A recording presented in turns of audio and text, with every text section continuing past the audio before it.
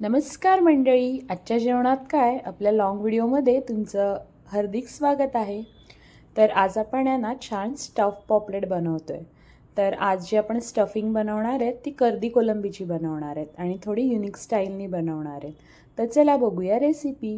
तर आपण थोडंसं तेल घेतलेलं आहे कारण की आता आपण स्टफ बनवतो जे आपल्याला पापलेटमध्ये भरायचं आहे. तर ते स्टफ पुरतंच आपण ह्यात थोडं तेल घेतलेलं आहे. तर लसूण आणि मिरची मी छान ठेचून घेतली आहे, ती घालायची आधी आपण ह्याच्यात आणि आता ती छान परतून घ्यायची. थोडं स्टफ साठी आहे ना आपल्या ज्या कोळंबी किंवा जे काही आपण स्टफ मध्ये वापरणार आहे ते सुकं व्हायला पाहिजे, त्यातनं पाणी सुटायला नको आहे ना, म्हणून आपण आधी ह्यात कोळंब्या घालणार आहोत. आपल्या जी कर्दी कोलंबी असते ना सोललेली ती वापरणार आहोत आपण.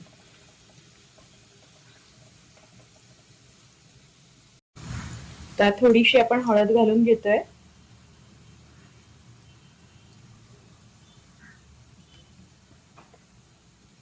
थोडासा मसाला, कारण की आपण ह्याच्यात हिरवी मिरची ऑलरेडी वापरलेली आहे त्यामुळे मसाला बेतानी घाला.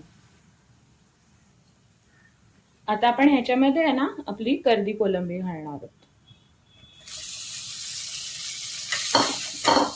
आणि कर्दी कोलंबीला स्वतःचं पाणी सुटेल त्यामुळे त्याच्यात पाणी घालायची गरज नाहीये आणि आपल्याला हे सगळं स्टफ बनवायचं ते सुक्कं हवंय. छान हलवून घ्यायची आहे. ह्यात आपण नंतर आहे ना कांदा आणि खोबरं ओलं ऍड करणार आहोत, त्या हिशोबाने आपण ह्यात फक्त मीठ घालणार आहोत. तर मीठ घातलंय आणि आता ह्याला वाफेवर शिजून घ्यायचंय. फक्त 1 ते 2च वाफ काढायचे, जास्त शिजून नाही घ्यायचे कारण की ती परत आपण जेव्हा पॉपलेट तळणार आहोत तेव्हा ते शिजेलच. आता आपण ह्याच्यात आहे ना कच्ची कैरी किसून घेतलेली आहे, थोडा आंबटपणा यायसाठी ती घालतोय. आता हे सगळं छान परतून घ्यायचंय. एकच वाफ काढायची 2 मिनिटाची आणि लगेच ह्याच्यात आपण कच्चा कांदा आणि ओलं खोबरं ऍड करणार आहोत.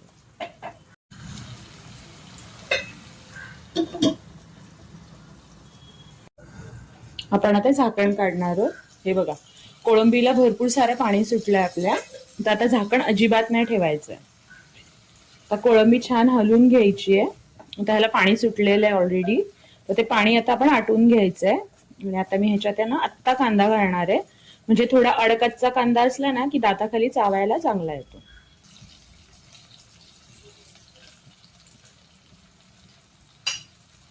एक छोटा कांदा घेतलेला आहे आपण चिरून, तो तेवढा वापरायचा. आता बघा, कांदा आत्ता घातल्यामुळे आहे ना त्याला पाणी नाही सुटणार आहे, तो त्यात शिजणार आहे. तळल्यावरती थोडं पाणी सोडतो कांदा, तर हा कॅरमलाइज नको व्हायला म्हणून आपण असा घालतोय. छान हलवून घेतलंय. आता हे थोडं अजून 2-1 मिनिटं शिजून देऊया आपण. आता आपण ह्याच्यात खोलेला ओला नारळ घालून घेतो.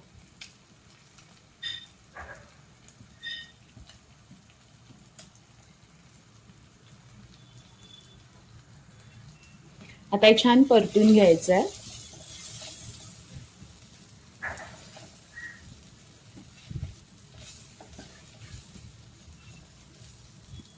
हे जास्त शिजवायचं नाहीये कारण की मग परत आपल्या जेव्हा पॉम्पलेट मध्ये टाकणार आहोत तेव्हा पुन्हा त्याला प्रोसेस होईल शिजायची, म्हणून जास्त नाही शिजवायचं. एवढं घालून झालंय. बघा, आपली कोळंबी जी आहे ती आवळली आहे, म्हणजे झालंय, शिजलंय. आता गॅस आपण बंद करायचा आणि ह्याच्यात कोथिंबीर घालून घ्यायची.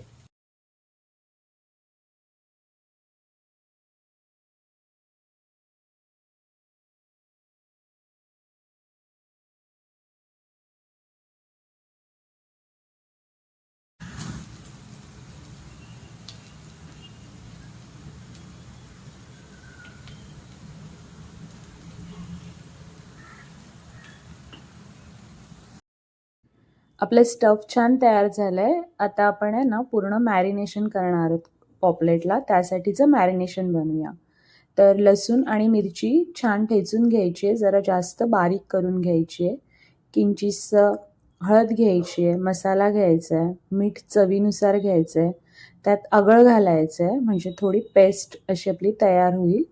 आणि मग हे सगळं आहे ना छान आपला जो पॉपलेट आणलेला आहे कट करून त्याला आतून बाहेरून छान चोळून घ्यायचं आहे आणि मग थोड्या वेळासाठी ह्याला आपण साईडला रेस्ट करायला ठेवायचं आहे. हे जे मी लावलं आहे ना, हे मी रेसिपी स्टार्ट करण्याआधीच करून ठेवलेलं आहे सगळं. म्हणजे तेवढ्या वेळ आपला जो पॉपलेट आहे तो छान मॅरिनेट होतो आणि मग त्याला चव पण छान येते. तर आपला पॉपलेट जो आहे ना तो एकदम फ्रेश आहे, त्याच्यामुळे अगळ मी थोडंच वापरलं आहे, जास्त अगळ नाही वापरलं आहे. आणि स्टफमध्ये पण आपण कैरी वापरलेली आहे, तर जास्त आंबटपणा नको म्हणून आपण ह्यात अगळ कमी घातलेलं आहे. मग आता आतून बाहेरून छान त्याला मसाज करून घ्यायचं आहे, म्हणजे मसाले छान मुरतील आतमध्ये आणि जेव्हा आपण फ्राय करू तेव्हा स्टफिंगची चव वेगळी आणि जी आपलं पॉपलेट आहे त्याचं जे पॉपलेट खाऊ तेव्हा त्याची चव वेगळी, असं दोन्हीतला फरक कळायला पाहिजे. ह्यासाठी आपण मॅरिनेशन करून ठेवतो आहे. तर बघा आतमध्ये जो पॉकेट करून आणला आहे ना आपण, त्यामध्ये पण छान भरून घ्या. खास करून जिथे पोटाचा भाग आहे किंवा जिथे गावडीचा भाग आहे अशा भागात हे वालं मॅरिनेशन थोडं जास्त भरा, म्हणजे फ्रायच्या वेळेस ह्याच्यामध्ये वैसवास येणार नाही. शक्यतो फ्रेश पॉपलेट असेल तर वास येतच नाही, पण तरी पण गावडी आणि पोट ह्या ठिकाणी थोडं मॅरिनेशन आपल्याला जास्त भरायचं आहे, जेणेकरून ते छान होईल. आता ह्याला आपण 10 मिनिटं रेस्टला ठेवून देऊ. शिजलेली जी कर्दी आहे ना ती आपण ह्यात आता स्टफ करून घेणार आहोत. तर पूर्ण पॉकेटमध्ये दाबून दाबून भरायची आपल्याला.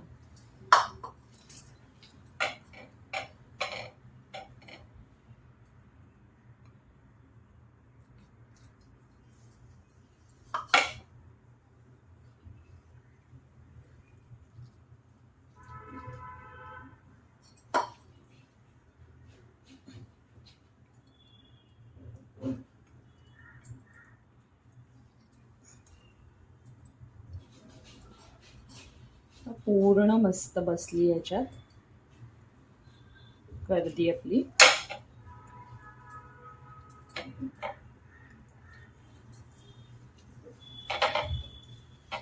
थोडा वरून दाब द्या, जेवढी बाहेर पडेल ती काढून टाका, एक्स्ट्रा टाकू नका, कारण की तुम्हाला जेव्हा आपण पापलेट पलटी करतो ना तेव्हा पलटी करायला जमणार नाही आणि मग ती कर्दी जी आहे ती कच्ची, तिकडनं पॉपलेट थोडा कच्चा राहील. सो जेवढं दाबून घेता येईल तेवढं दाबून घ्या. हे बघ छान आपण स्टफ केलेला पॉपलेट आहे, तो झालाय. आता तळून घेऊया आपण. तांदूळ मिक्सरला फिरून चाळून घेतलेत आणि त्याचा हा रवा बनवलाय. रवा नाही वापरत आहेत आपण. हळद घालायची आहे, मसाला घालायचा आहे आणि कोटिंगला जेवढं मीठ लागेल तेवढंच मीठ आपण ह्यात घालतोय. आता हे सगळं छान एकजीव करून घ्यायचंय आणि ह्याचीच कोटिंग आहे ना आपण आपल्या स्टफ पॉपलेटला लावणार आहोत. एकीकडे आहे ना आपण तेल छान गरम करत ठेवलंय, एकीकडे हे बनवलंय. आता आपण काय करणार आहोत, ह्याला जरा साईडला करून इथे जागा बनवून घेऊया आणि इथे पॉपलेट ठेवूया आपला आणि मग त्याच्यावरती हे लावून घेऊया.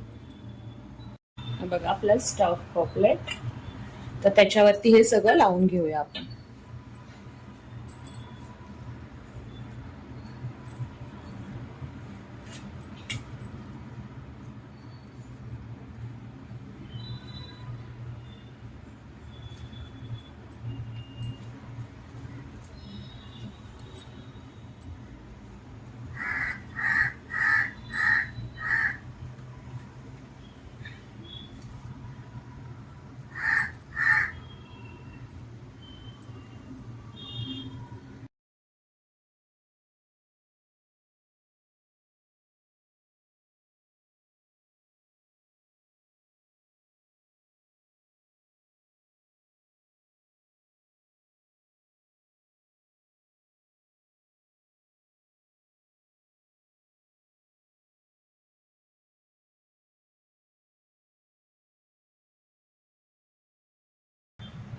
तर आपला पण पापलेट ह्यात सोडून घेणार आहोत.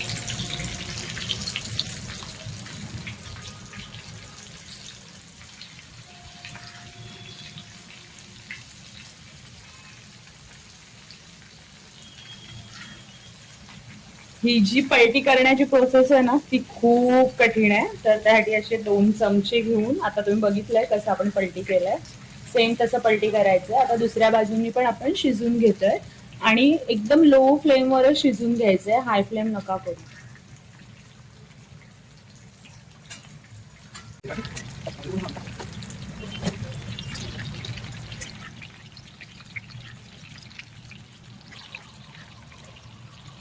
आता पॉपलेट छान फ्राय झालाय, आपण तो काढून घेतोय.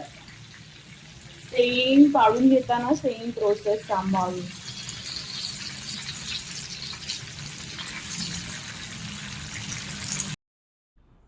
तर तयार आहे आपला गरमागरम आणि एकदम युनिक स्टाईलमधला स्टफ पॉपलेट. तर कशी वाटली रेसिपी आणि जे आपण त्याच्यात स्टफ भरलाय तो स्टफ तुम्हाला आवडलाय का? आवडला असेल तर नक्की कमेंटमध्ये कळवा आणि अशाच नवनवीन रेसिपीजसाठी फॉलो करा आपल्या चॅनलला. धन्यवाद. अजून नवीन रेसिपींसोबत आपण लवकरच भेटणार आहोत.